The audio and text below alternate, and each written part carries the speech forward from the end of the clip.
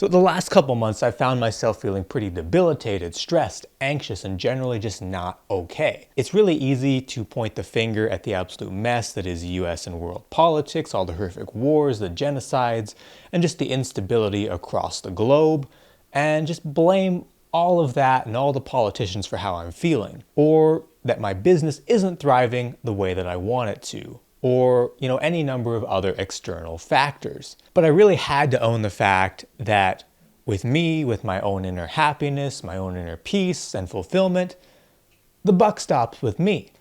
So I've started what I expect to be kind of a long journey of diving into shadow work. Now, there's plenty of wonderful books and YouTube videos diving really deep into what shadow work is, but for the sake of this video, I'm going to keep it fairly simple. And honestly, for myself, I'm keeping it fairly simple.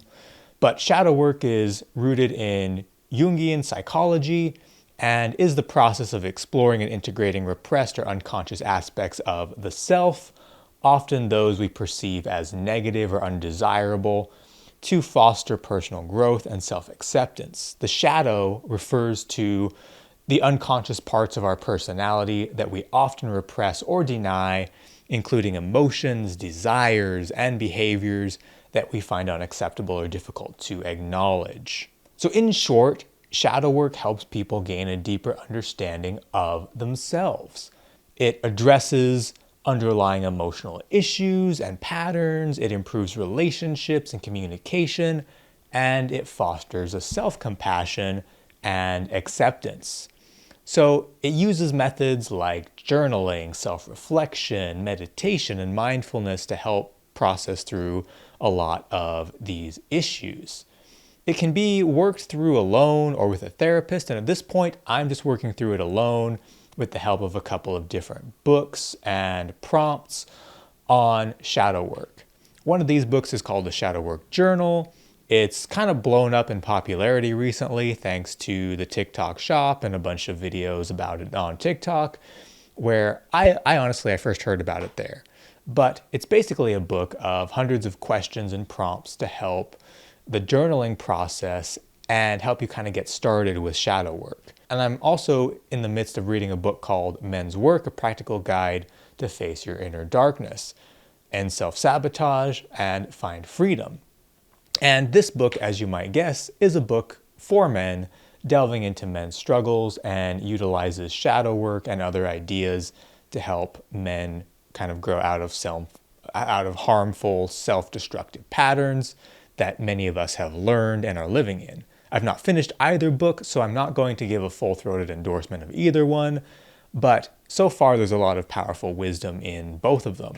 And this video is not a book review. I'm just sharing my experience, and those books happen to be a big part of that experience. I've really honestly just gotten into the basics of the Shadow Work Journal, but some of the prompts have already really hit me deeply.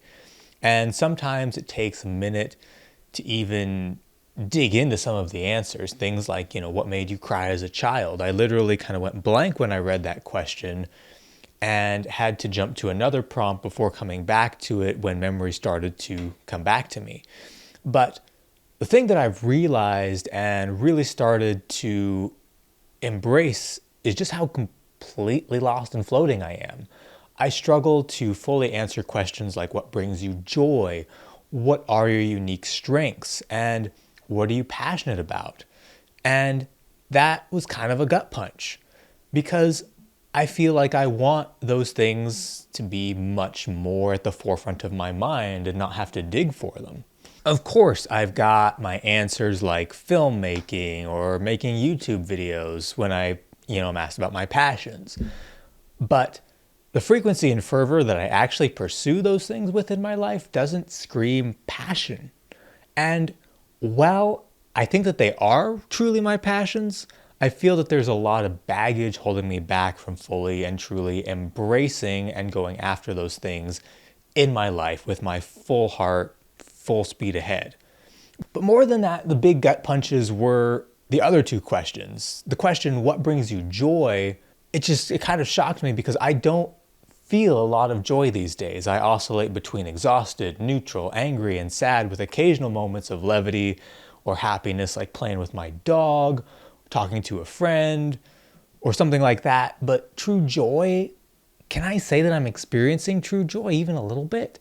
And can I articulate what brings me joy? Like what pops into my mind are things far from my current existence, like hiking and exploring alone in the woods, sitting on a beach, visiting foreign countries, all things that are pretty much outside of my geography where I'm at right now, and certainly out of my day-to-day existence.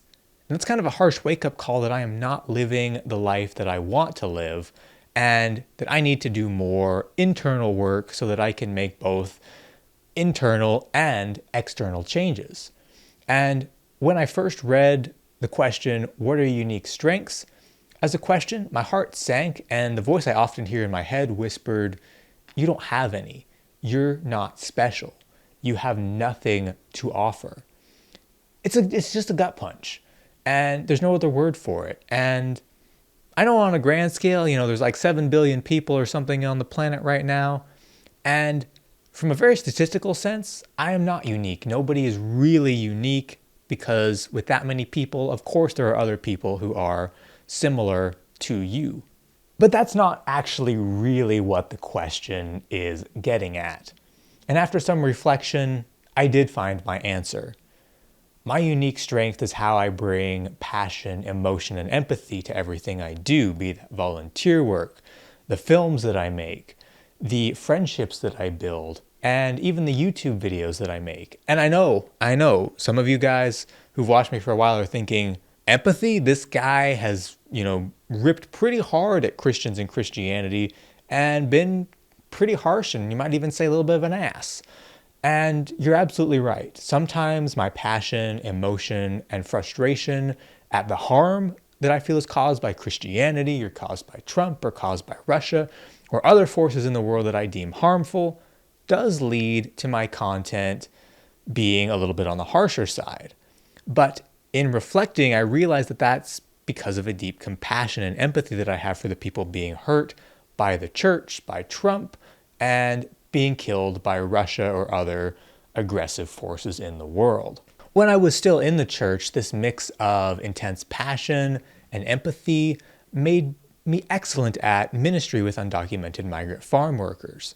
I could be gentle, kind, and deeply empathize with the struggles that they faced, and let that fuel me to fight against the Republican legislators, as well as the Christians, even in my own church, who just viewed them as subhuman illegals who needed to go back to Mexico. And it's this strange dynamic within me, this deep compassion that leads me to fiercely defend people in need, that is a core strength of mine. Mix that with my talents of storytelling, filmmaking, and my love of art, culture, and beauty in the world, and we get kind of a fuller picture of the me that exists in my best moments. Like, that's a me that excites me, and a me that I could be really happy living as if I could live in that day to day. A me that would be making my own unique impact in the world that I want to make.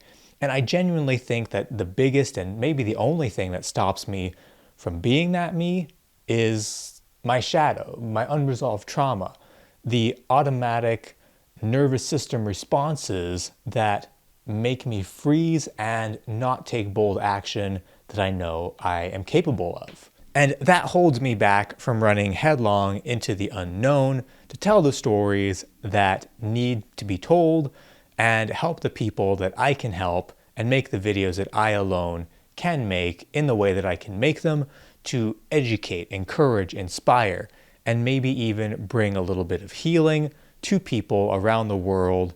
And, that could even be on this or my other YouTube channels.